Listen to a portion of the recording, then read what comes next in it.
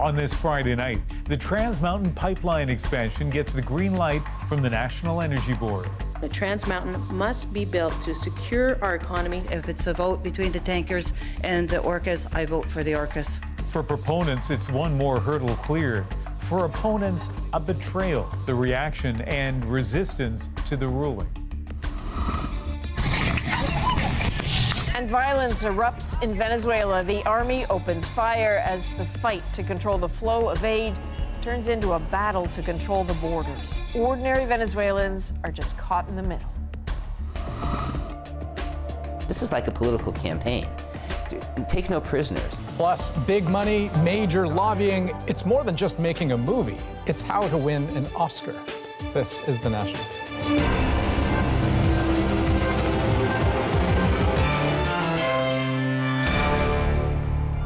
It is a major step forward for a project which has evoked strong emotions. In the midst of anti-pipeline protests and pro-pipeline convoys, court battles, and one big federal buyout, Canada's energy regulator has given one of the country's most controversial pipeline projects the thumbs up. The Trans Mountain expansion project is in the Canadian public interest and should be approved. If built, the new Trans Mountain pipeline would triple the flow of oil from Alberta to the Pacific coast. Tonight, the view from two provinces. Alberta says it's desperately needed and long overdue, but the current BC government opposes the project. The NEB already approved it once before a federal court demanded it take a second look. The big concerns, not enough Indigenous consultation and the potentially devastating marine impact. Oil tanker traffic on the BC coast would increase from about 60 vessels a year to more than 400. And some say it could threaten the existence of one endangered killer whale population. Today, the National Energy Board called that justifiable in light of the benefits, including jobs, though it imposed 156 conditions and issued 16 recommendations to mitigate the risk. So is Trans Mountain a done deal? As Aaron Collins reports from Calgary, Albertans are still waiting. In Calgary, support for the Trans Mountain pipeline expansion isn't hard to find. It'd be wonderful. It would be a relief for the whole industry because we'll be able to send the oil and gas to market. But in the back and forth over pipelines in Canada, every yes comes with a whole lot of ifs. To the people here, that includes dozens of conditions and 16 new recommendations on how to protect marine life in BC. I think it's good that it's been approved, but I have to know what the conditions are. On top of that, with Indigenous consultations over the pipeline project still ongoing, its future is anything but certain. It's not a victory, it's more delays, and this just needs to get built. Our province needs to be treated equitably, and I'm mad about it. Nobody should be celebrating this as a victory. It's not quite a victory for Alberta's premier, but it is a positive development. I have no doubt that we will ultimately get this pipeline built. There is more work to do, but today was a good step forward. Well, the project must still be approved by the federal government and then built. Developments that will take months, if not years. In the meantime, Alberta is moving ahead with a plan to use more rail cars to get its oil to market, a concern for some. The reality is that pipelines are the most efficient and the most environmentally secure way to move petroleum products. With or without any further delays to the Trans Mountain expansion, it will surely play a role in Alberta's spring election and the upcoming federal campaign. Aaron Collins, CBC News, Calgary. We'll have more on the reaction from Ottawa and the political implications just ahead, but first to the center of the pipeline opposition movement. Greg Rasmussen is in Vancouver. We're being sold out by the NEB. Opposition to today's announcement was swift and vocal. In the streets and from Indigenous and environmental groups. This is really a political decision today and a recommendation, and it's one that coastal British Columbia will continue to fight. Fundamentally and horribly flawed. At the core, concerns about the NEB's willingness to risk the environment for economic gains. The Trans Mountain pipeline is not in the public interest, and it will not be built. The province's largest Indigenous organizations call it a major setback. They accuse the federal government, which bought the project last year for $4.5 billion, of having a conflict of interest. When the government is going to own this pipeline, the government is going to control every aspect of the consultation process. We're going to witness again the denial of justice for First Nations people in this country. A likely legal battle hinges on these endangered whales. Today's report acknowledges the significant danger to the southern resident killer whales. A high degree of risk of extinction of the southern resident killer whale population, violating the government's statutory responsibilities under the Species at Risk Act. Although environmentalists and many First Nations oppose the pipeline, it does have substantial support. It's also important for Canada. The BC Business Council says the rewards outweigh the risks. Almost 60% of British Columbians support this project, and I think that gets lost in the noise around it. At stake, billions of dollars in economic benefits versus fears of environmental catastrophe. All this as opponents gear up to take this fight back to court yet again. Greg Rasmussen, CBC News, Vancouver. So two different provincial reactions. What could that mean for the federal government? Vashi Capellos, host of Power and Politics, joins us now for some more insight. Given these differing opinions from at least some parts of BC and certainly from Alberta, what kind of political calculations are the feds making? Hey, Ian. Well, the feds basically made that calculation when they bought the pipeline. They took Alberta's side over BC's pretty clearly. They spent $4.5 billion to do it. But I think the interesting part is the calculation won't really pay off for them in Alberta. People there are very resentful. Many people are very resentful of the feds taking so long to even try and push this pipeline forward. So it might not benefit them too much politically, at least in the end. And speaking of time, the cabinet has 90 days to decide whether they'll endorse the NEB's position. Are they going to meet that deadline? They say that they're hopeful, but it could be problematic because the second set of consultations that they have to do are with Indigenous communities along the route. And the first time, the problem was that those weren't meaningful, according to the court. And so to make them meaningful, they're unwilling to attach any kind of timeline to how long they're going to take. So on one hand, they're saying they'll be meaningful. On the other hand, they can't say how long they're going to take. And in the end, you're looking at, the hope that they'll come to a decision within the next 90 days. But unlikely, I think, for most onlookers that they will. All right, Vashi, thank you. You're welcome.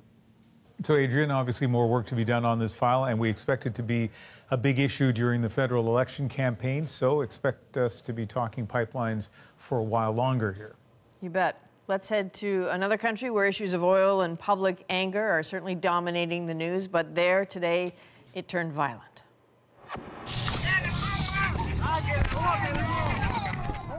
A husband and wife were killed in Venezuela today, and another 15 people were reportedly wounded when members of an indigenous community clashed with soldiers. The army was moving tanks to the nearby border with Brazil under orders from President Nicolas Maduro to seal it off. Now, Maduro is keen to keep foreign aid from entering Venezuela because whoever can feed the people may get to lead the people. That means thwarting not just his opposition in the country, but also those poised just outside, offering bread and circuses.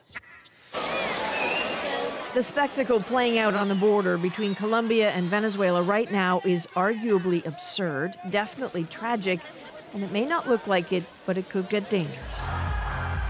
On the Colombia side is the Venezuela Live Aid concert, seemingly conceived by would-be President Juan Guaido, delivered by billionaire Richard Branson, and designed to catch the attention of the Venezuelan military. We are hopeful that they will lay down their arms and accept white roses, which they will be handed, and allow supplies across. The supplies he talks of would maybe keep 5,000 people fed for a few weeks if it got through. That would give Guaido the upper hand, which is exactly why Nicolas Maduro insists the aid won't go anywhere.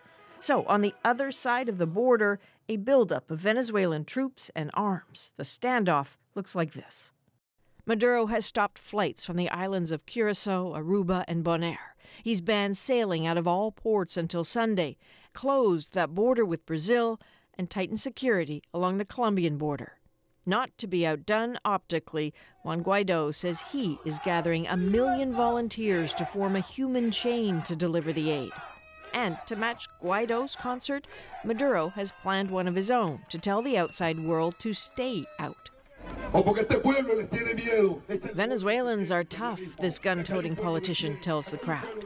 These hands-off Venezuela rallies are happening throughout the country today. In this land, Venezuelans give the orders, this woman shouts. So many hungry people being used as pawns, which is why the Red Cross and the United Nations refuse to take sides. What happens to them, then, the people actually in need? Far from the border, still lining up for gas, some fear their lives are about to get even worse.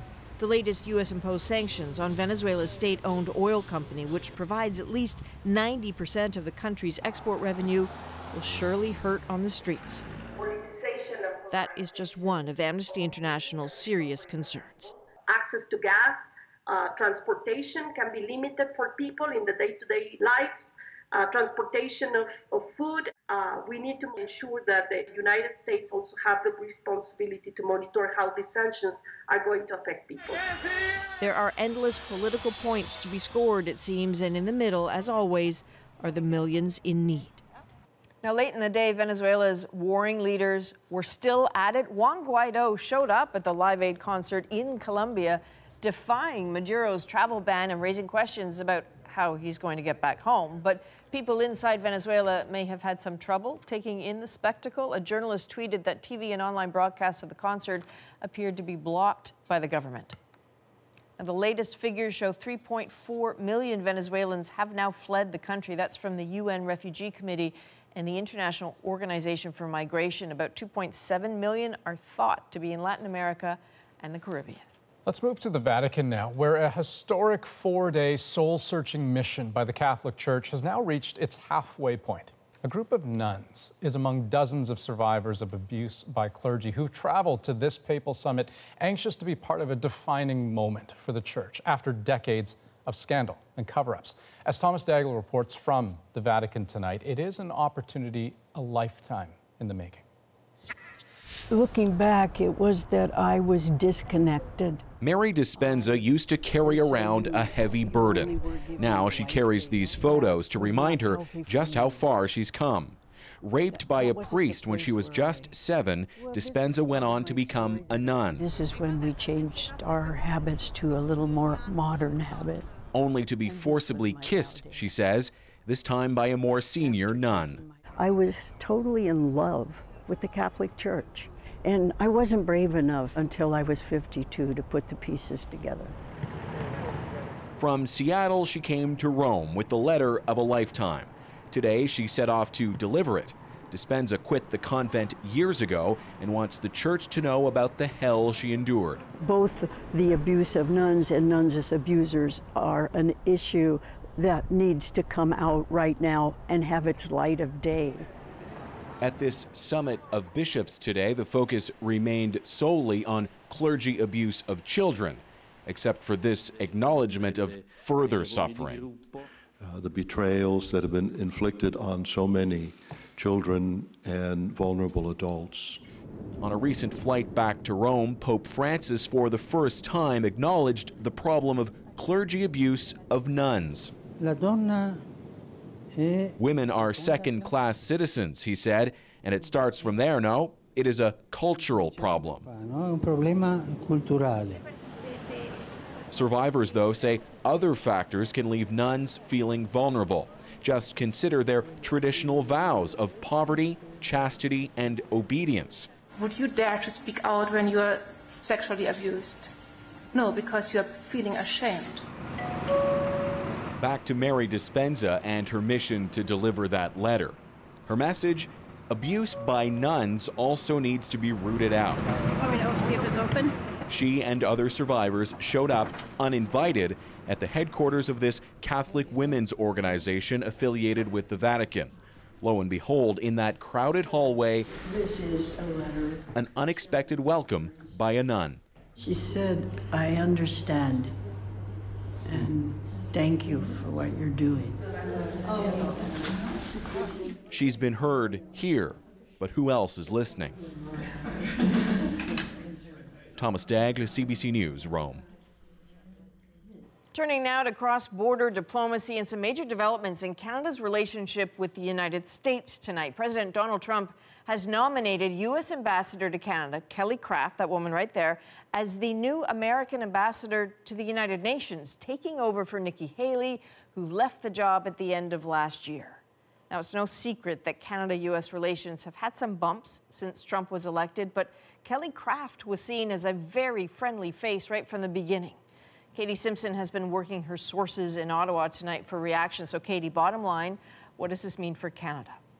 This is not great news for Canada, particularly the timing of this. And that is because Canada is really trying to pressure the Trump administration to lift those 25% tariffs on imported steel and 10% tariffs on aluminum. It's something that the Canadian ambassador in Washington, that's basically all he does, is trying to reach out to lawmakers or members of the administration to really get Donald Trump to try to change his mind. And Kelly Craft was really seen as a conduit to really help open up some of those doors and open up some of those conversations. Now, it was very clear from the start that Kelly Craft was excited about this job and showed really keen interest to being here in Ottawa. Canada is very important. If you're not successful, we are not successful. Being from Kentucky, Canada is our #1 trade partner, so I have a real interest at making certain that this border that we see in Kentucky is very thin and becomes thinner. Someone has warned you about the winter, have they? Yes, but you know, I'm great. I'm fine with it. Okay, we'll see. I'm looking forward to it. Well, right. So I get that friendly is important, but was she actually effective, do you think?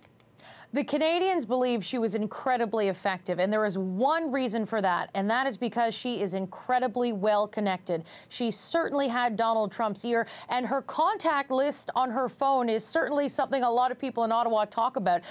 I know from sources that Canadians were having a conversation with her, and the Canadians brought up the name of Mick Mulvaney, who's a member of Donald Trump's administration. And when she heard the name mentioned, she said, "Do you want me to call him up right now? I can get him on the phone." She's known for being able to get anyone who's important on the phone or get them into a room, and that is key. I understand you spent some time with Craft yesterday. Was this in the wind? How did it all come together? There had certainly been a lot of speculation that she could be asked to take on this role, and sources tell me that she was asking people for advice whether if Donald Trump did make the ask, should she take it? She really likes the job here. She wasn't sure. I do know from a source that she had lunch today with Canada's ambassador in Washington, and later on this afternoon she was on her way to the White House, and the official offer was made, and now she's taken on the new job. Okay, good intel. Katie Simpson in Ottawa tonight. Thank you. Thanks. Here are some of the other stories we're watching tonight as the political fallout continues from the SNC-Lavalin controversy. Today we heard from the company's CEO for the first time. Neil Bruce says employees are being used as pucks in a political hockey game. I want to categorically say that we have done nothing wrong as a company, and none of our employees have done anything wrong as a company. This was a video to shareholders. The company also reported a financial hit today, recording a net loss of $1.3 billion last year. The U.S. president weighed in on the case against Huawei executive Meng Wanzhou today. While talking about his country's trade negotiations with China, Trump was asked whether U.S. officials would consider dropping charges against the telecom giant. We're going to be discussing all of that during the course of the next couple of weeks, and we'll be talking to the U.S. attorneys, we'll be talking to the Attorney General, but we'll be making that decision. Right now, it's not something that we're discussing. The company is charged with conspiring to violate U.S. sanctions on Iran. In December, Canadian authorities arrested Meng, the chief financial officer, in Vancouver at the request of the United States. The Prime Minister says that Canada is following the rule of law. And still ahead on The National, Jussie Smollett loses his gig on Empire. Our pop panel is here to unpack the case and all the reaction. Plus, Toronto basketball fans show the love to a former Raptor in our moment. And next, why some major Oscar contenders are dialing up damage control. This is like a political campaign. Take no prisoners. There's a lot of money and power at stake in winning an Oscar.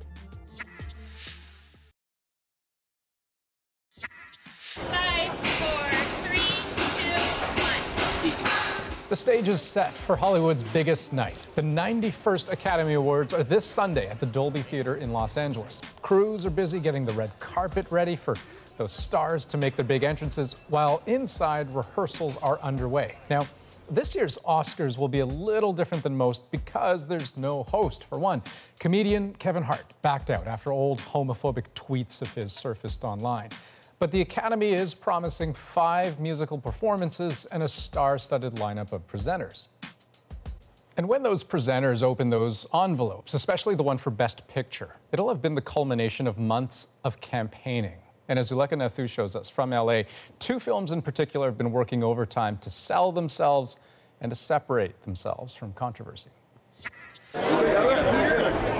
You would think Peter Farrelly, the director of the audience darling Green Book, would want to talk about his Oscar-nominated film. Mr. Farrelly, a question for you. To understand his reaction at this recent press event in LA, we need to go back to this moment. The winner is Green Book. The film about an unlikely friendship between a white chauffeur and black musician in the 1960s won the Golden Globe for Best Musical or Comedy. Do you foresee any issues in working for a black man? You in the Deep South, there's gonna be problems. And became the subject of scrutiny. Farrelly was forced to apologize after a 1998 interview surfaced in which he described exposing himself during production of his hit comedy There's Something About Mary. His co-writer was called out for posting an anti-Muslim tweet in 2015, which said Muslims in Jersey City cheering when towers went down. And the real-life family of the film's subject, Don Shirley, disapproved of the way Shirley was depicted. That forced executive producer Octavia Spencer to defend Shirley's portrayal after the Golden Globe win. This is a guy whose story needs to be out there. This is like a political campaign. Take no prisoners. There's a lot of money and power at stake in winning an Oscar. So if some competitor can find a way to tarnish their competitor, they're going to do it. Stu Zakim's 40-year publicity career has involved Oscar campaigns for award winners like Schindler's List and Apollo 13.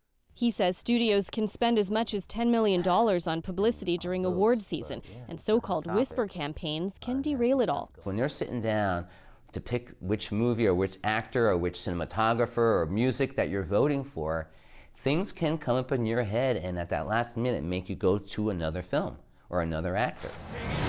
Which might explain damage control efforts around another controversial Oscar nominee.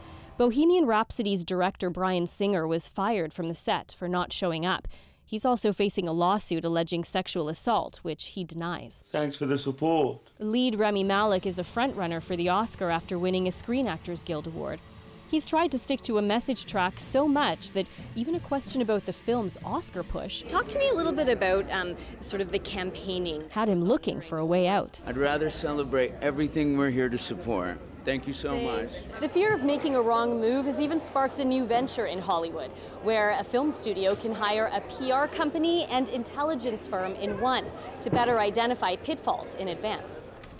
This awards season columnist says there's only one way to fight it. If you realize something is going to potentially become a major controversy, nip it in the bud. Issue a statement, get it out there, get it dealt with. So that a film's award season momentum isn't sidetracked by a conflict no one saw coming. Zuleka Nathu, CBC News, Los Angeles. We've got more Oscar coverage just ahead. Our pop panel predicts which movie will win Best Picture. Here's a shocker, they don't agree. And later, an anthem for Alberta during this economic downturn. Build that pipeline, build that pipeline, Alberta's lifeline.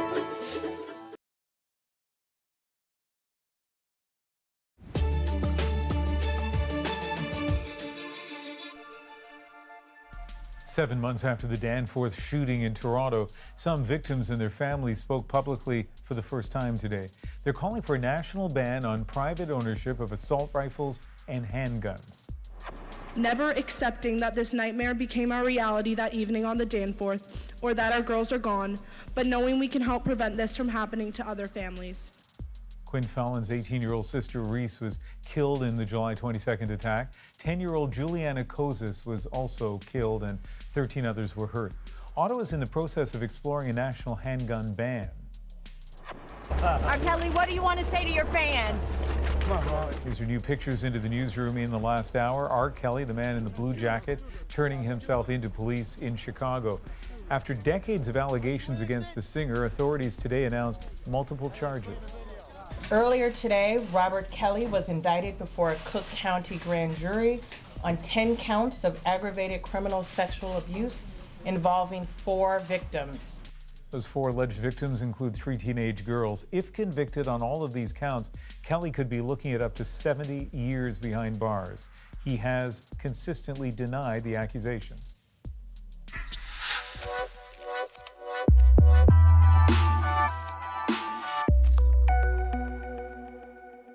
This coming Sunday marks Hollywood's biggest night, aka the Oscars. It's pretty clear to everyone that the Oscars are having an identity crisis. No host, a popular film category that came and went, getting rid of some of the categories from the live broadcasts, cutting musical numbers. The Oscars seem deeply ashamed to be the Oscars. I'm Anthony Oliveira, writer and film programmer. I'm Ashani Nath, senior editor at Flair.com. I'm Stephen Marsh, random Toronto writer. The problem is that the Academy can't quite decide what it wants to celebrate about itself. Either its vanity or its artistic abilities or, its political virtues. Look, the Academy Awards are a staple on my calendar. And while it's true that the show is in dire need of a makeover, this is not the way. This year, the Oscars have to answer a fundamental question. Can this Hollywood institution, dominated by big studios, still be relevant in the age of Twitter and Netflix? Okay, welcome one and all. Gather round because it is Christmas time for movie buffs. Except this year we're questioning what Santa is doing with his life and whether the presents are even any good. So they're on Sunday. Our own resident film critic, Eli Glasner, is in Los Angeles right now. He sent us this. Have a look. Look, I get it. I know the show is long, and do we really need a category for best sound editing and mixing? But we need the Oscars now more than ever to stop the endless tide of superheroes, Star Wars, and Disney remakes. La La Land is contracting. Big studios are becoming mega studios. Disney gobbled up Fox, and now in the battle for box office domination, it's all about the global marketplace. And you know what plays nicely from Shanghai to St. John's? Action, explosion, fairy tales. Meanwhile, all the great directors of this industry are lining up in the lobby to work with Netflix, but Oscars offers an alternative. Not the biggest film, but the best. Hollywood is where courage comes to die. But the idea of an Oscar statuette sitting on a producer's desk somewhere might convince them to open the purse strings, to spend some money. The Oscars is a safety cushion. And without it, would we have movies like Moonlight and Amadeus? So I'll take the show, flaws and all. Okay, so I sometimes like to just watch your face to try to gauge what your point of view is going to be. Oscar's the hope of art, right? This is not a violent. Okay, well, but do we at least agree that the Oscars could serve this higher purpose? Well, I think they want to serve a higher purpose. In fact, I think the question the Oscars answers every year is, what does Hollywood think its higher purpose is? But the answer to that is almost never better art. But that's not always the case, though, right? I mean, you think back to 2017, a movie like Moonlight, right? Yeah. It has the distinction of being one of the smallest, lowest-grossing films to win Best Picture of all time. I mean, are the Oscars able to walk that line of celebrating craftsmanship, but then also just kind of giving fans what they want to see? Yeah, I think that, I mean, if you look at the history of the Oscars, Louis B. Mayer, literally created them as a way to make directors fight for trinkets. It is a system designed to service the big studio system that is designed to make studios happy, and that's what they're trying to do this year, right? Not just for the Oscars, but also ABC is pulling a lot of the levers. All these weird decisions that are happening are mostly to serve a Nielsen model of television.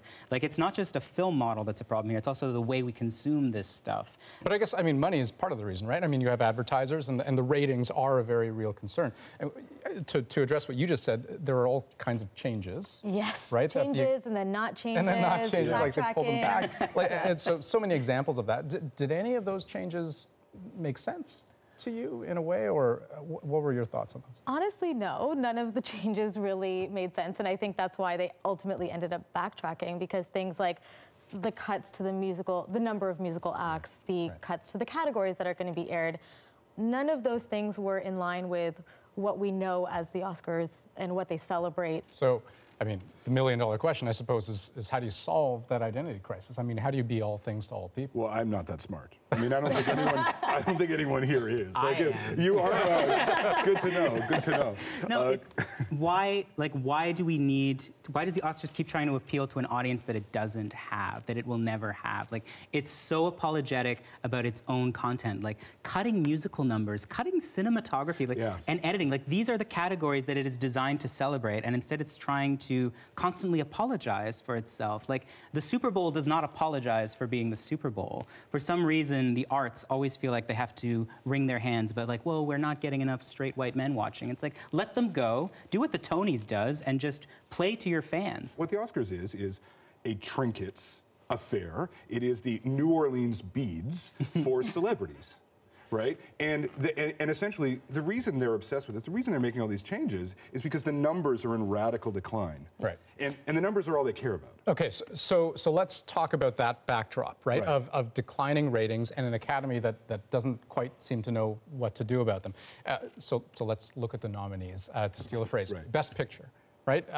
All sorts of intriguing options there. Which one do you think will win?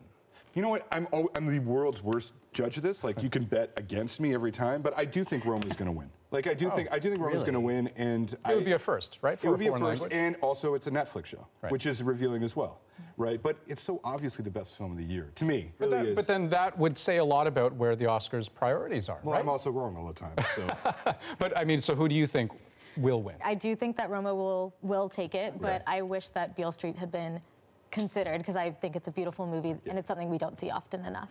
Okay. And that's a true art movie, Beale Street. Like, if it were talking about art, there'd be no question that Beale Street would be on that list, right?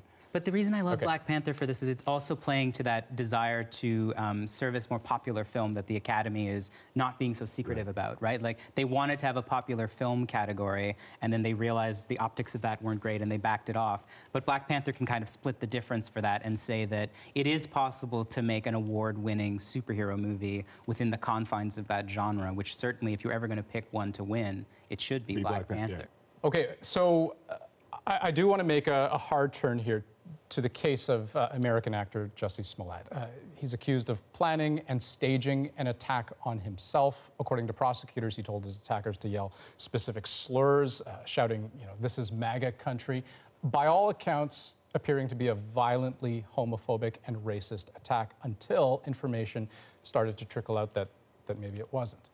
The producers of the TV show he's in, Empire, announced today that they're cutting his character, but Smollett's own legal team says it believes the presumption of innocence was trampled upon, and Smollett himself insists he is innocent.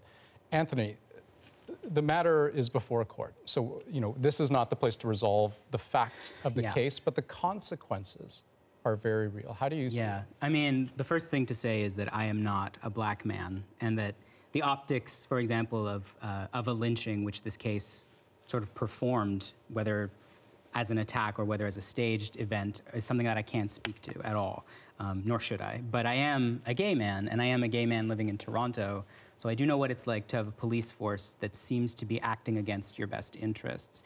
And I think that the thing to keep in mind as this case is sort of developing is this case is being weaponized as a way to, I think, inoculate against certain accusations in future. I think that there are people in the wake of things like the Me Too movement where it will be very handy to have a case where you can say, maybe this is like Jussie Smollett. It is something that I think is going to be thrown in the face of a lot of survivors going forward, and I think that, to me, is where I want to put all the traffic cones in the discussion around this case as it develops.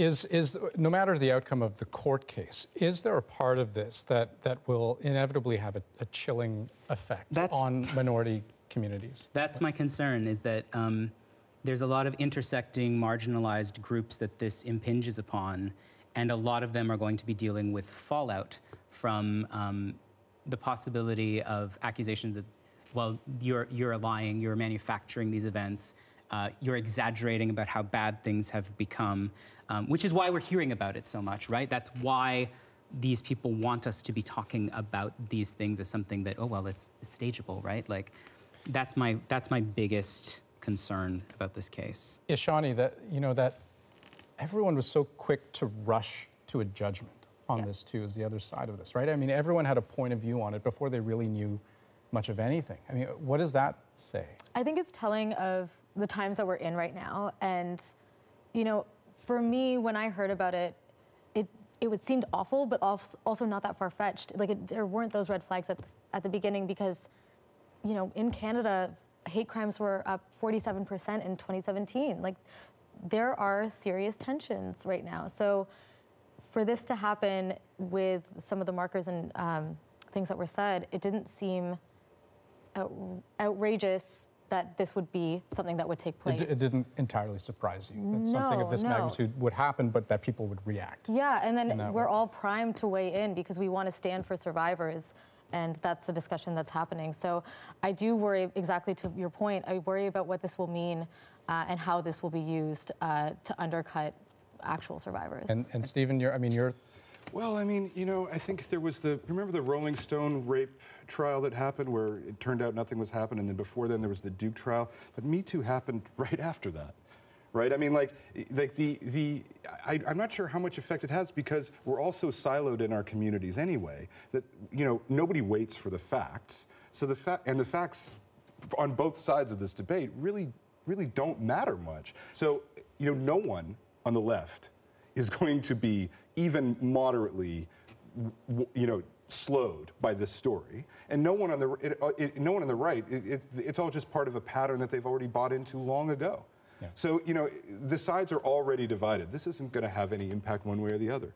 So let me jump in just to sort of try to put a button on this. I mean, how in the end does one appeal to rationality? Because what a question. I mean, I would love to know. You do have two sides, right? One side that says, listen, real attacks do happen. Let's try to remember that. Yes. But then you have another side. Which is absolutely correct. I mean, and is the overwhelmingly most important fact, right? But then you have another side that says, where's our apology for branding all Trump supporters as racists? So, Ishani, where do we go from here? I think we need to remember that this was a case that speaks to potentially someone who made a false accusation, potentially, but statistically that is an extremely small percentage of people.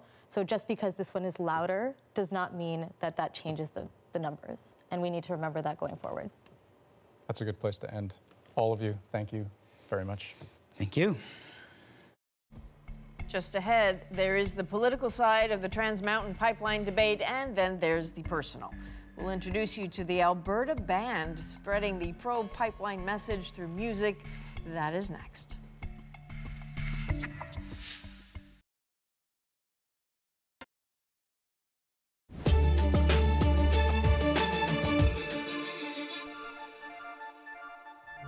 As we mentioned, the National Energy Board gave the green light again to the Trans Mountain Pipeline expansion, saying it's in the public interest to get this pipeline built.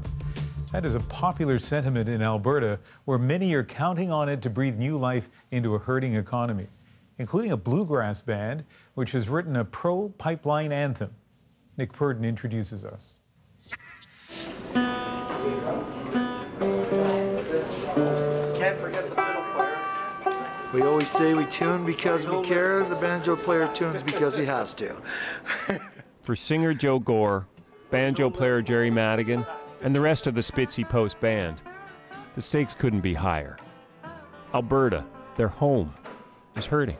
She's still cold and she's been inside for 2 hours. Now, like many people in the province, they believe getting the Trans Mountain Pipeline project built will return their home to prosperity.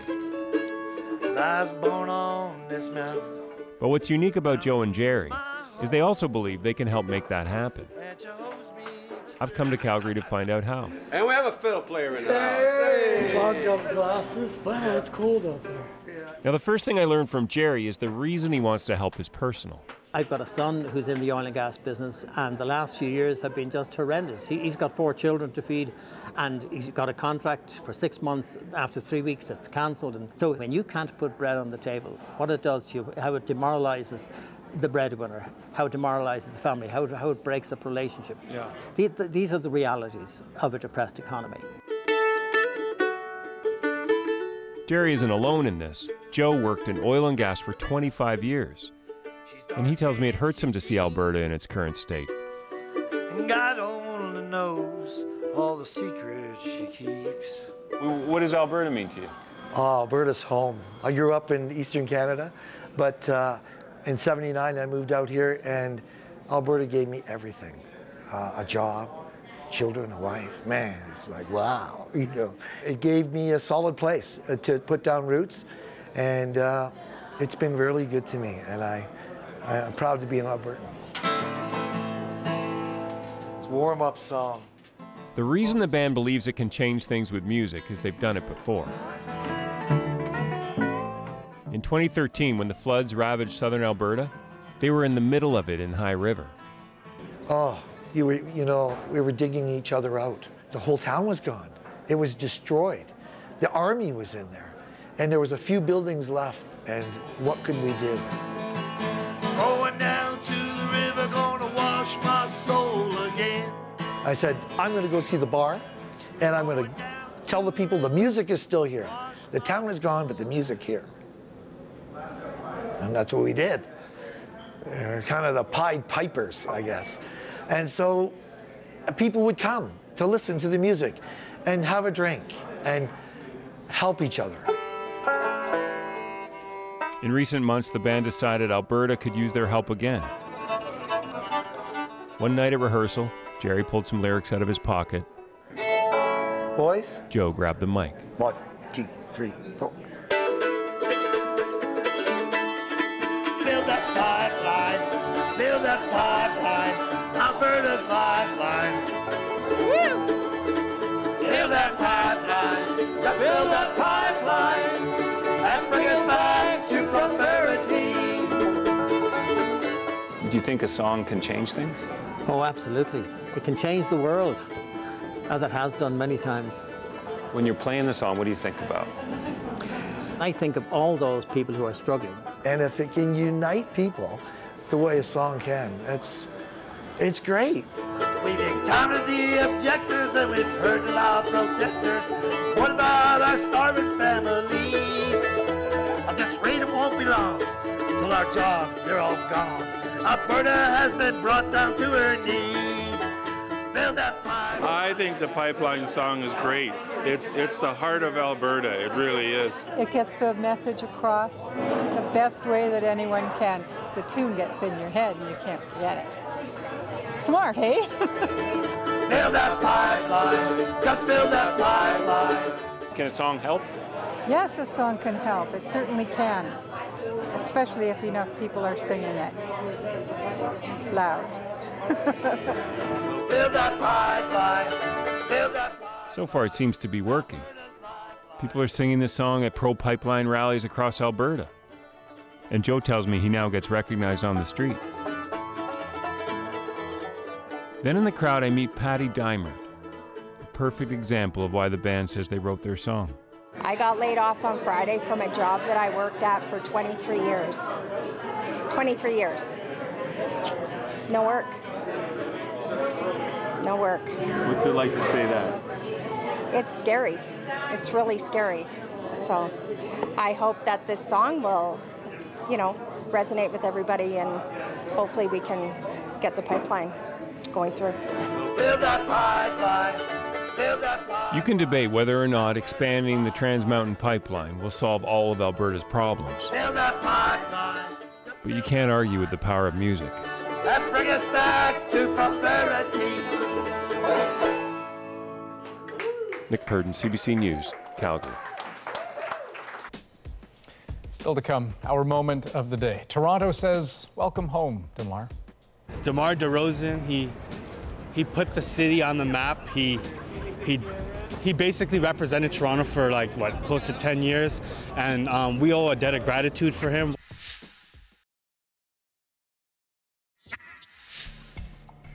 This is not just a sports story, it's a love story about DeMar DeRozan's love for his former team of 9 years, the Toronto Raptors, and of course his fans' love for him.